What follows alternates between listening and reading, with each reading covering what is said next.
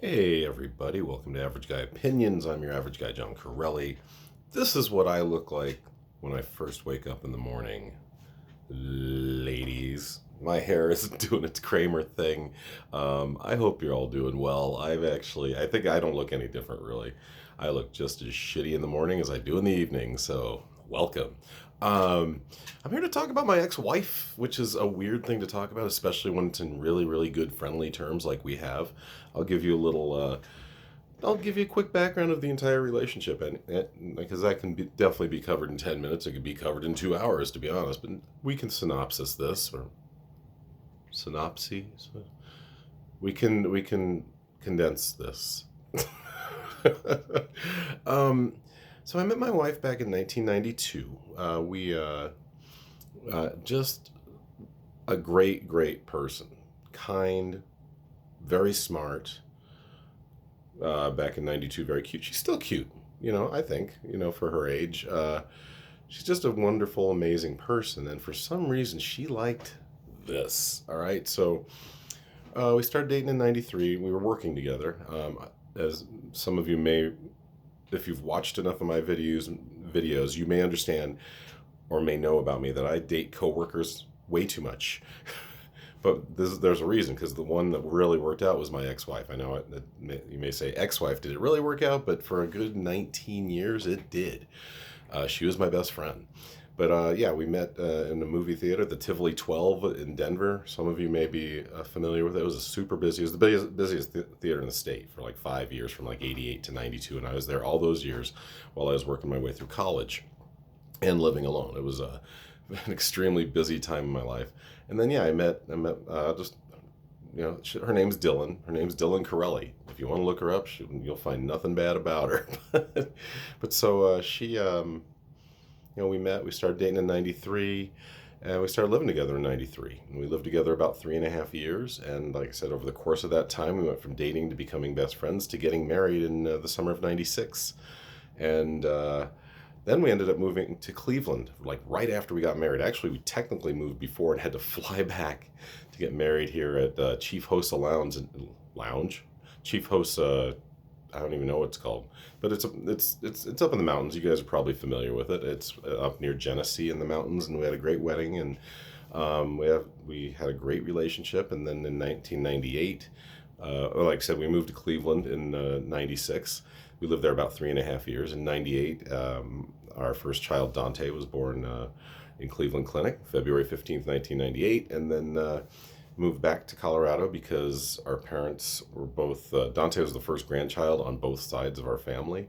And so they're like, yeah, you need to get his ass back here, because we don't like flying to Cleveland to come see our kid, but we loved Cleveland. But yeah, the relationship was good. We almost never argued. Things were great.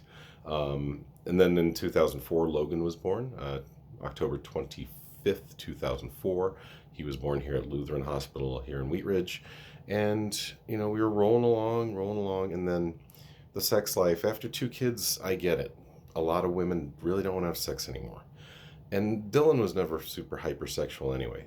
Oh, by the way, and one thing I did want to mention, not only was it a good relationship, so the proof of how good it was going is I was the first out of my friend group to really get married, and I got married a month before I turned 29, so it wasn't like I got married really early. And my friends were like, "Why are you marrying her, man?" And I was like, "Because she's the sweetest, smartest person I've ever dated, and she's amazing." And so yeah, and if we do have children, she'll be an amazing mother, and she has been.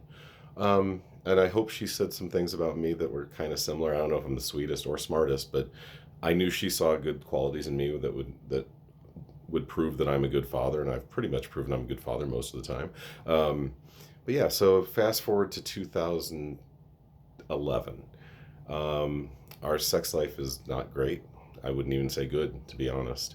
And I met somebody at a high school reunion, and we'd been communicating on Facebook, and it was exciting because I had a crush on her, dated her once in high school, and then these people fall back into your life through social media, and then you meet them, and you're like, oh wow, fucking fireworks. And I knew it was dangerous, but luckily she lived in Florida. But we got together. We had sex one time, but I fell for her, not because of the sex so much. There were a lot of qualities I liked about her.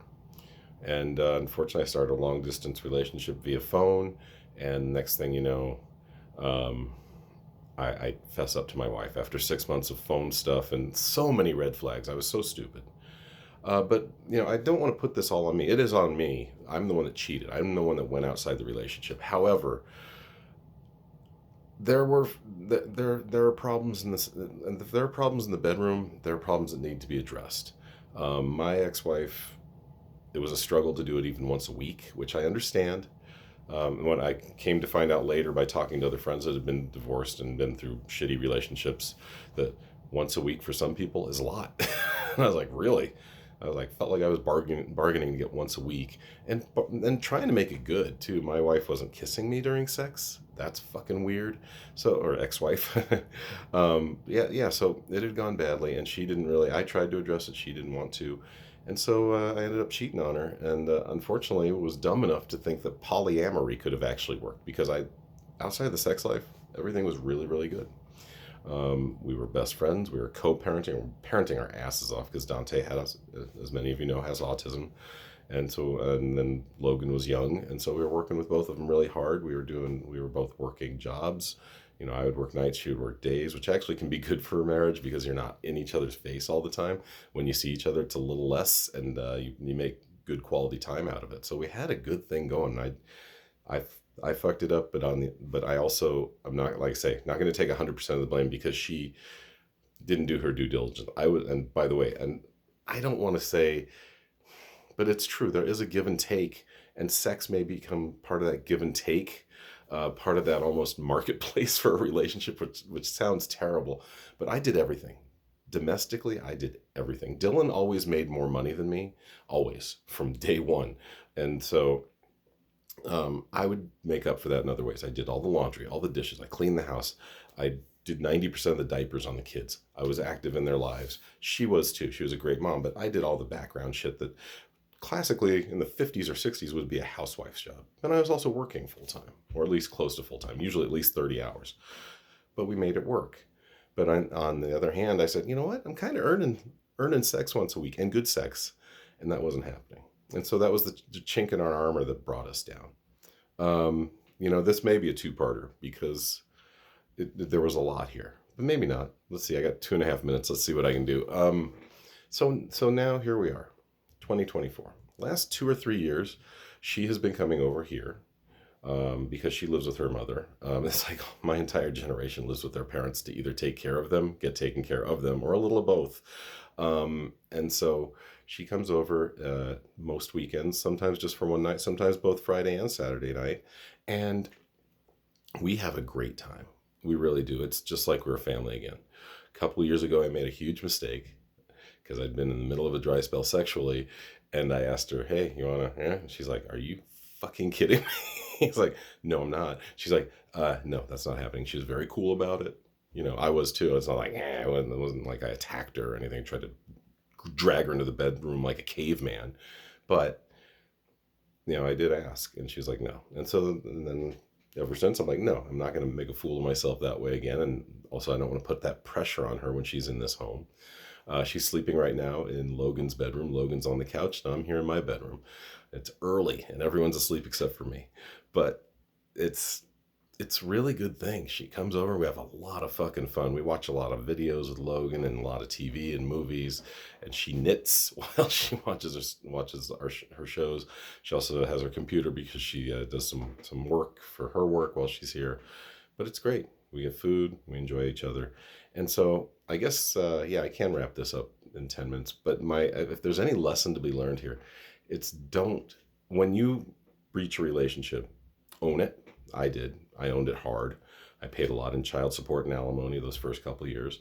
And I also was quick to stay in and get more into my kids' lives. That's why I have them full time now. I worked from weekends only to half time to now I'm full time. And so if you own what you did wrong, that helps. If you do everything you can right from then on, that helps. I didn't always, but I did a lot.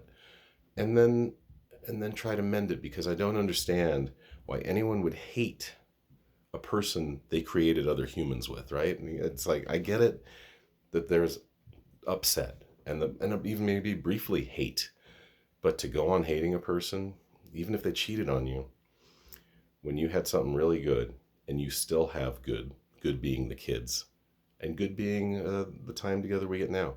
Uh, that if there's any advice here on Average Guy Opinions, it is uh, enjoy that person for who they are, and look at your flaws and recognize their flaws too. But that's the mother of my kids. I can't fucking hate her. She's been a wonderful mother. She was a great wife for 15 years. So there you go. That's my ex-wife. That's our relationship currently, and you got a pretty good background on what it was. Thanks for listening. I'm closing in on 11 minutes. You guys are great. I hope whatever you're doing is going well, and I look forward to talking to you next time. Thanks a lot.